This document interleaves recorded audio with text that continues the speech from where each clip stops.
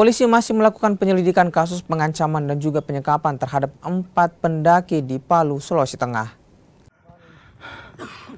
Polisi telah meminta keterangan dan melakukan pemetaan di lokasi terjadinya pengancaman dan juga penyekapan di Bukit Uetumbu, Palu.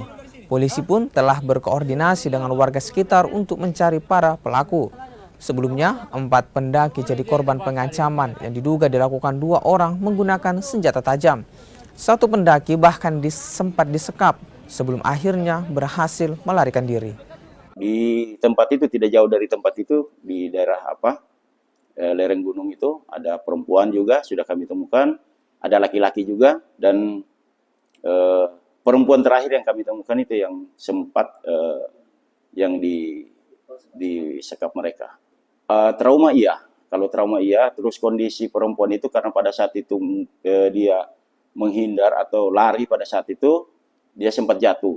Jadi luka-luka lebam di bahu, luka di paha, di siku kiri kanan, paha kiri kanan juga luka. Dalam keadaan luka-luka juga, luka dari jatuhnya itu. Seperti itu. Itu 1 orang saja? 1 orang. Yang 1 sempat diancam dengan parang, tapi tidak, masih pakai gagangnya itu, masih dengan sarung parangnya itu, diancam dipukul lah, di kena bagian leher.